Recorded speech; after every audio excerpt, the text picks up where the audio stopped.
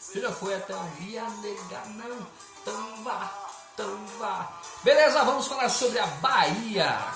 Embora estamos falando aqui, quem está cantando é um pernambucano, Lenine, mas falaremos sobre a Bahia, que ele homenageia na música, né? Vamos falar sobre a conjuração baiana. Aula passada trabalhamos sobre a Inconfidência Mineira e falaremos sobre a conjuração baiana nessa aula. Ambos os movimentos eles têm em comum ali um movimento anticolonial, tá, português. Para a gente entender um pouco da Bahia nesse período, principalmente no século XVIII, Salvador era a segunda cidade maior do Império Português, ou seja, era uma cidade extremamente importante. Por quê? Era uma cidade-porto, ou seja, comerciantes e senhores de engenho ali, as relações senhoriais, viviam uma prosperidade econômica. Ou seja, diferentemente de Minas Gerais, que as condições estavam piores nesse período, e na Bahia, em Salvador especificamente, as condições econômicas entre essas classes era abastada.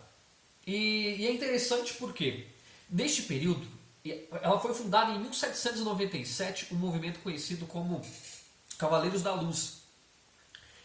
Existe uma participação muito importante da questão da maçonaria aqui também na Bahia, tá? E este movimento, fundado por letrados e também militares, este movimento era extremamente ali influenciado e de alguma forma assim, entusiasmado pelos ideais iluministas. E este grupo, já no seu âmago, obviamente que também não era um movimento homogêneo assim, ele já desejava a proclamação da República e deixar a Bahia independente do Estado português.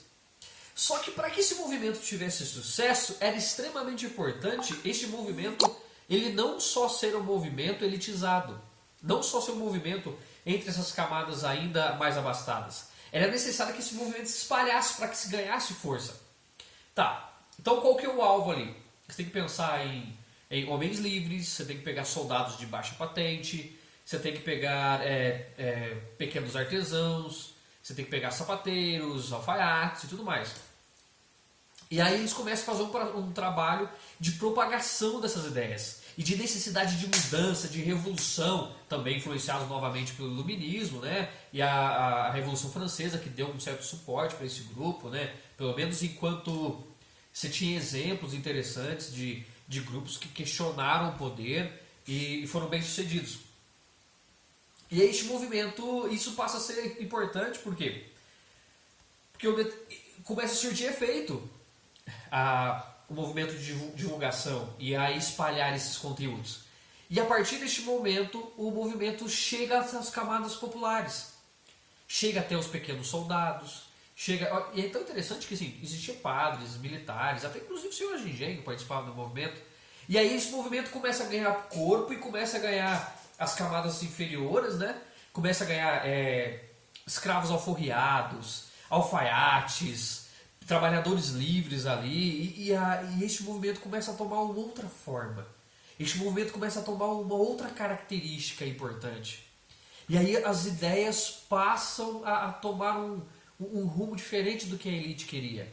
Tanto é que a elite vai distanciar do movimento e ela vai abandonar o movimento.